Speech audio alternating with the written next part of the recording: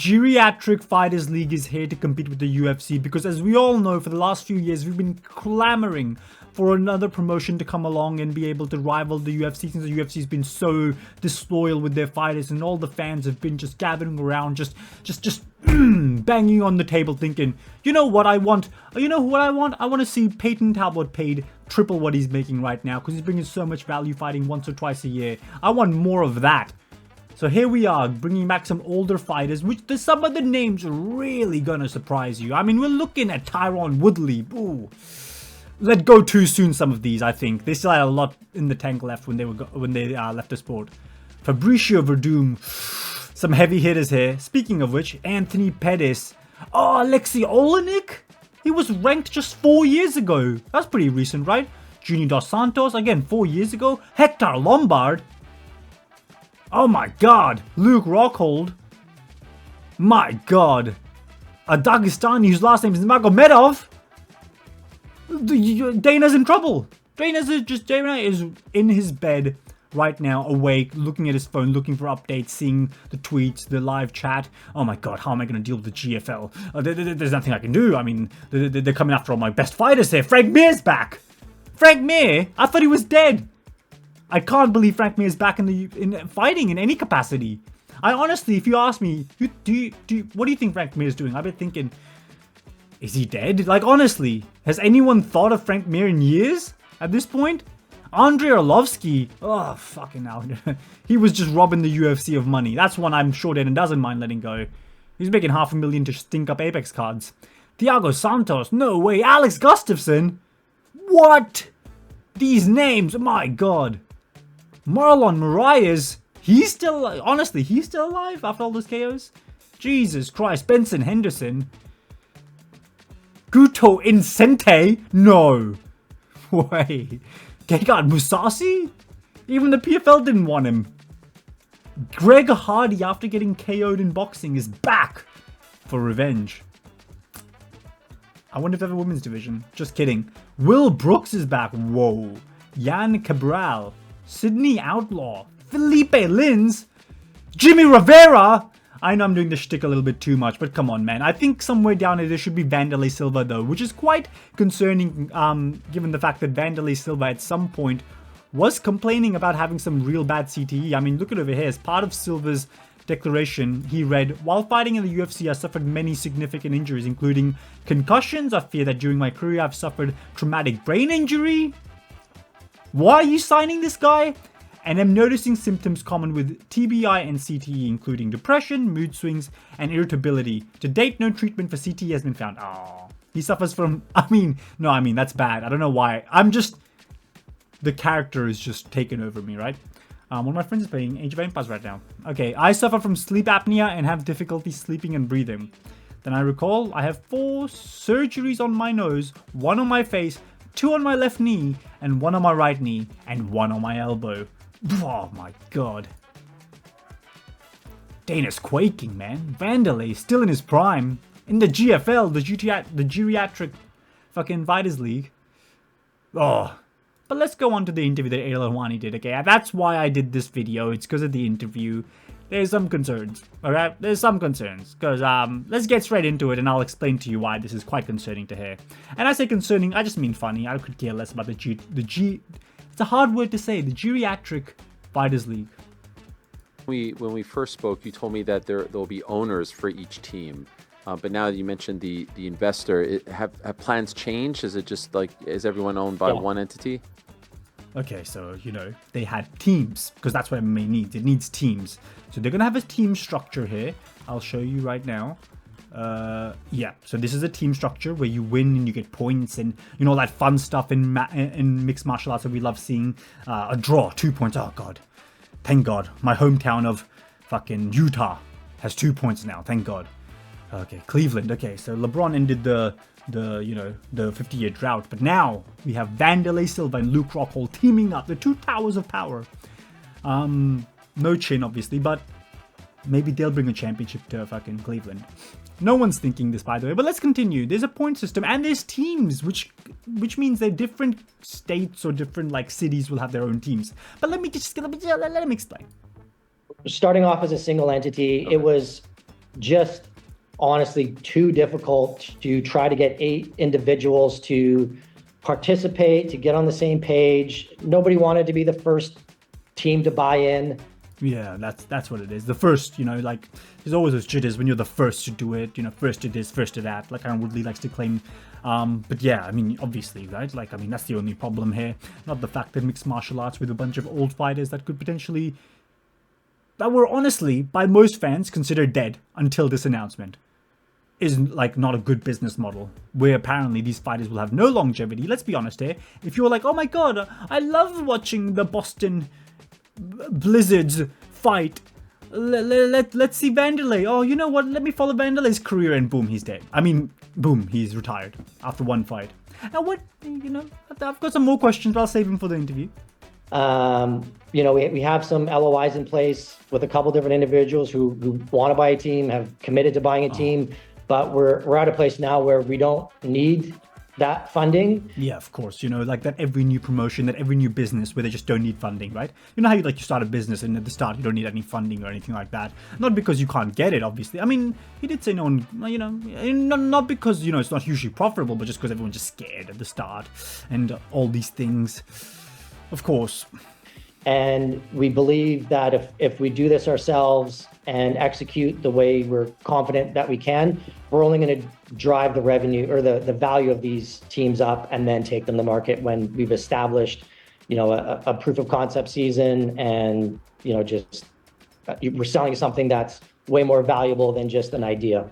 Okay, so, after Wanderlei and Luke Rockhold stink up an arena somewhere in the world, after that, the world will realize this is a real deal. This is, what, if you are in the area and you're not coming to watch the Geriatric Fighters League, you're doing yourself a disservice, is basically what's happening here. Can you break down how it all works, like with the season and the playoffs and the points and all that stuff? Because that's a little different as well. Yeah, so as far as the season, with all the venues and everything we have, we have what we are planning to do, and we're just kind of putting that all into place with all the different venues. It's a fairly complicated, global schedule to put together.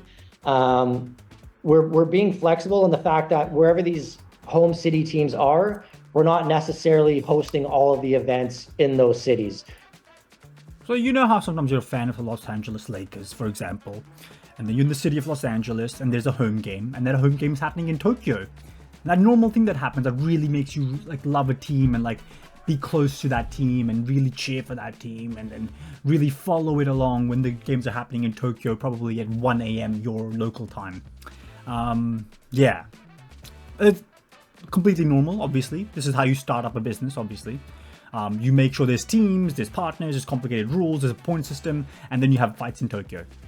So how the NFL has games in London and Brazil, we'll be doing the same thing. So you could see 2 US-based teams competing in Tokyo, Stockholm. Yeah, so when you're...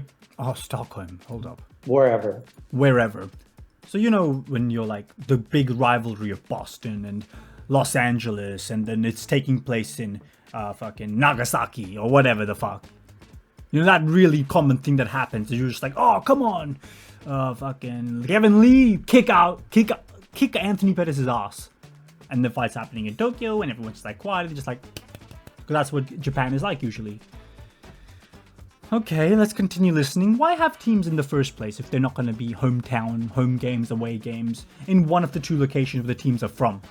That's usually what happens. I know in the NFL and the NBA, sometimes they're having games here and there and all everywhere and all that, but that happens once a season. Usually LA will get 40 games out of 82 a season, and then there'll be 1 in France, and it's a random game that no one would come to watch anyway.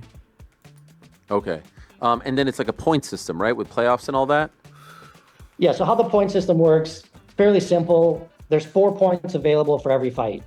4 points for the finish win, 3 points for decision win, 2 points for a draw, 1 point for decision loss, and 0 points if you... So how it's a really good idea. Again, the brilliance of the Geriatric Fighters League is just unheard of.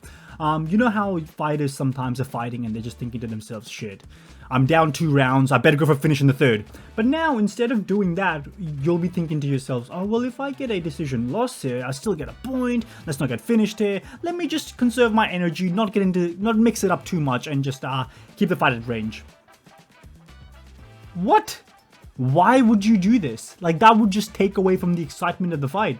Like, you can't be giving, like, fighters any incentive to be losing by decision. You need them to, like, go all out, grit down, 3rd round, put it all on the line. If I get knocked, I get knocked out. And that's why we get these amazing moments in the UFC. But instead here, we're getting decision loss means you get 1 point, and the announcer will be like, 1 point for the green team. Who cares? Why do this? It doesn't feel like... It feels like just another one of those money grab laundering schemes that a lot of promotions do. I'm not saying it's a money laundering scheme, but for the most part, I wouldn't be surprised if there's like other incentives outside of just, you know, the mafia. Let's just say. You get finished. Okay, and then it's just basically like standings at that point. Yeah, so the total accumulative at the end of the regular season, they're bracketed in the playoffs, and you just run up. One question, what if someone's injured? Oh, did anyone think about that? So what if someone just fight week? You know how usually we see the fighters pulling out. Like, considering the fact that most of the fighters that they've signed have 8 knee surgeries within, like, let's say 28 of them per team. Like, how are we going to account for injuries? Like, what if Kevin Lee falls out? What happens then? Who fills in? Someone from their team? What if someone from their team isn't from their weight division? What if someone from their weight division is already fighting someone else later on in the day? What happens then? Like, does that change, or has anyone thought about this? Are these questions anyone's asking anybody? I mean, this guy fucking over here, what does he look like? He looks like someone. Bill Burr? Does he kind of look like Bill Burr? Yeah, a little bit. The bracket that we're all so used to. Do all 6 teams make the playoffs? No, top 4. Okay. 4 of 6, you know, that'll really drive the regular season up. Oh my god, 4 of 6? Whoa, that's tough. And you know, 3 years ago, I had mentioned to you that, just being candid, that, you know, I don't feel like the team format works in combat sports. I said it to you back then. I feel just the exact same way now. In fact, perhaps I feel even stronger. I know PFL isn't team, but this type of format with the standings and whatnot is sort of like the PFL, and we saw the team format with the IFL. I'll ask you again, why am I wrong here? Why is this going to work? Because I feel like it's about rivalries. It's about am I wrong? Well, I think you just said it right there with rivalries and stories. No, he didn't. Rivalries and stories in mixed martial arts are between 2 fighters. No one gives a shit in Boston watching fucking Wanderlei Silva come out and be like, you know what, you and me, Luke Rockhold, let's go now. Oh, wait, where am I again? Bow. And he just got head kicked. No one cares. No one in Boston's thinking to himself, you know what, fucking, I should stop swearing, I'm sorry. No one's thinking, you know what, Wanderlei kind of is a Boston guy, but no one's looking at Wanderlei being like, oh, well, this guy really bleeds green for our city, doesn't he? He is truly Boston. The fact that he was drafted here from a random team that isn't even owned by anyone from Boston, is just owned by the company, the Geriatric fucking Fighters League, and they're just giving us Wanderlei Silva. No one's thinking that. No one's thinking, oh my god, Luke Rockhold, look at his storied career. Thank god he's in Los Angeles. But let's be honest here, the real cities that will be buying this stuff is like Utah, Ohio, Cleveland. Like, we're looking at cities like that, realistically. Atlanta, you know, like the absolute dump. I mean, if you're from these cities, I'm sure it's a great place to live. But in terms of stuff happening in your city, not much usually goes on there, right? And I should know, I'm in Australia, and I'm a part of Australia where nothing goes on. So I can feel your pain. Like, if we got a team here, I would be beyond surprised and shocked. But anyway, you know what I mean? Like, who in the actual hell is going to Los Angeles and thinking to themselves, let's put on fights in the Staples Center, Wanderlei. I shouldn't pick on Wanderlei so much, but the guy is like a very easy target to pick. But let's say Andrei Arlovski. No one's thinking to themselves, oh my god, Andrei Arlovski, Junior Dos Santos, a fight 18 years in the making, because that's when they were in their primes, it feels like. 18 years ago. So the fact that we're able to create unique storylines that have never existed in the sport, and that's, you know, one thing that we keep hearing is you know, everyone loves the sport of MMA, but the storylines are often not there. Where this brings is, you know, the talking points, okay, are these two fighters going to be teammates, or are they going to potentially be fighting? And, you know, just different strategies that come in, different betting elements that come in. Just that, like, the number one driver in sports fandom, proven, is cheering for your favorite team. But it's never happened in combat sports. I don't recall boxing ever having this. I know the Ultimate Fighter kind of does have it, but that's more of a TV show if you really think about it. It's not really a spectacle in terms of live experience. Like, they usually do the TV series, and at the end of the TV series, it's like the feature fight of like a fight night. That's usually what goes down with these things, and no one's really building a whole sport around it. Like, if you think about it, like in a team-based scenario, why would these fighters even want, like, outside of just the fact that they're all going to be wearing the same t-shirts, what is really the team element of this? Like, they're just going to be like, I'm from Boston, yeehaw. I don't know, I should have said Texas. And I'm from Texas, yeehaw. Like, they're not going to do nothing different. They're going to wear a shitty little shirt that says Texas. Tuxedos. I don't know what the team names are going to be. Or maybe they're going to be from outside of the United States. But and then, even after all that, they're fighting outside of the city that they're representing. So it's not even like the fans of the said city are coming in to watch them. It's just a terrible business model by any metric or any common sense or logic you can use. And this is the most richest part. So apparently it's part of... Oh, no, sorry. Not, I don't know why I just shat on that. Respect Anderson Silva. I respect him. Great fighter. In his back in the day, not anymore. Apparently their new league. This is a statement of the owner or the founder, Darren Owens, made about the GFL. Our new league is a logical evolution of MMA. Yeah. Long-time life fight sport competitor, trainer, entrepreneur, and founder of the GFL. Our mission is to embrace fighters as true, equitable partners from inception, and together create a format that can be understood by any sports fan. I don't know, was it really that hard for anyone? I know the reading level in United States isn't the highest, apparently, from what I hear. I can't imagine that's true, to be fair, but I know Floyd Mayweather couldn't read, so I don't know if that's more like it.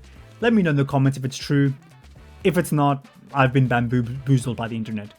But anyway, apparently just seeing two guys step into the cage and be like, I'm better than you, no, I'm better than you, and they have a good fight, is too complicated. We need to add in point systems, rankings, regular season, Luke Rockhold and Wanderlei Silva, will they, won't they, will they make out? Is Luke Rockhold rizzing up Anderson Silva's fucking daughter? Is that really what's like the easy to understand concept here? Let's be honest here. Oh, what color shirts are they wearing? Wait, whose team is who on? And why is he fighting him? Oh, by the way, in the names that we checked before, there were not many women's fighters, which is based. And in all honesty, it's a fair move considering that I doubt they would have made any profit off of it. Because let's be honest, no one's really going to be checking out the Geriatric Fighters League for the has-been washed women's fighters. I have had hundreds of conversations with MMA legends and rising stars in our business. Planning is an extension of what I've heard from the fighters who want a new way to compete and excel in the world's fastest growing sport. You have talked to fighters that have retired, have decided to quit from the sport, have had nagging injuries, and have realized that there's no way the UFC will pay them good money. And they've probably realized that the pay outside the UFC is pretty terrible and it's not worth the brain damage. With all due respect, mixed martial art isn't a sport where you can have equality by any... I don't want to say equality, but you can't be splitting the revenue 50-50 because we saw what happened to boxing. It's dead. No one cares. And they actually try to make the fights that people want to see. But in the GFL, what happens when someone gets injured? What happens when someone gets, you know, like they've just had a fight in the regular season? And what's the time frame for this as well? Think about this, like the regular season. What if someone gets injured? Then what happens to the playoffs? Oh, injuries are a part of the sport, but this is MMA. We pay money for specific matchups. We don't pay money just because it's the NBA finals. Oh, it's my home team versus someone else's home team. Let's go watch. No, we're here to see the names fight the other names. That's usually the core of mixed martial arts, which is kind of crazy, but you know, whatever. They're gonna have a big draft or something. It's gonna be shit. I'm sure of it. Like, it's gonna be a bunch of nonsense. Since the teams are owned by the GFL anyway, I'm guessing it'll be a shit show, because really, who cares who gets who? You'll just be like, oh, just give me him, I'll take him. That guy looks like he's got the worst knees of everyone. I'll take him first, actually. That's probably what we're going to be seeing. The press release says they will have male and female fighters, none that I saw, and the roster that was shared only includes men. I wonder why. They're just going to throw on a few women on the card, usually what happens with these promotions. Now, this is the thing that's the most concerning. With all due respect to mixed martial artists, you deserve more pay. I am an advocate for the lower level fighters getting more pay because they need to make a living. And I will never say making minimum wage to support your family and your fighting career is ever good. But Marlon Moraes, who is still kicking about, apparently hasn't kicked the bucket. But no, I'm kidding. He has been knocked out ridiculously though. Like, he's retired. Why is he coming back? Half these fighters retired from the sport because they couldn't do it no more. And now Wanderlei's coming back? Okay, so Frank Mir. Oh my god, Frank Mir's coming back. Imagine that, Frank Mir. Jesus, that's going to be a brutal finish. This is a new chapter for fighters, according to Moraes. The GFL is built on fairness, respect, and opportunity. 3 things that I think will never succeed in MMA. With all due respect, you can't. With all due respect, I know. With all, you know, because you cannot be paying fighters more than what they're worth. You can't be paying them 50% revenue. What if the revenue is shit? Like, do they have any guaranteed money? Think about that, right? But you can't be paying people money to watch Wanderlei versus Moraes in like a freak show fight that no one's going to care about. What's happening here? Fighters now have a voice and a stake in the sport's future. None of them have any stake in the sport's future. They've been left in the dust by the sport. They were mostly retired. Now they've decided, oh, you know what, there's some money to be made. I'm fighting other has-been legends without any knees or any fucking hip bone. Let me just get off my stroller and just kick the shit out of them for a little bit of money. That's really what's happening here. I expect this to fail. Everyone that's rooting for this, this is the answer to the UFC. Shut your face. It's not. Nothing will be, unless it's like you would have to clean out half the UFC roster to even be competitive. Let's be honest, and no one is under the presumption that these washed names. I mean, I'll be watching because it'll be funny, but yeah, you can't be serious about this stuff, man. Like, the GFL. Amazing. So obviously we have competition in mixed martial arts. Mixed martial arts has never been more interesting. It's a true successor of Pride, I would say, in my opinion. But anyway, that was the entire video. Like and subscribe. I don't know what more to say. GFL is a complete shit show from every single angle you look at it. It's a bunch of has-been watched fighters. And if you're a fan of the fighter, don't let them make these guys fight, because this is dangerous, like actually dangerous to the longevity of their life. Which is something they actually talked about before, but I didn't cover it, so fuck it. Apparently they want the longevity of the fighters to be a factor here. These guys have no longevity, let's be honest here. They're on their last legs. They were gone from the sport and they're back in the sport. 1 KO loss could be enough for a doctor to say you're never fighting again. Let's be honest here. Anyway, like and subscribe. I'm at 164 subscribers. Amazing stuff. Make me 200. Like the video as well. Thank you for watching. I hope this video does well, because it's a GFL. It won't get any views, but I'll be happy if it gets a few views, because I think it's a fun video to make. See you next time.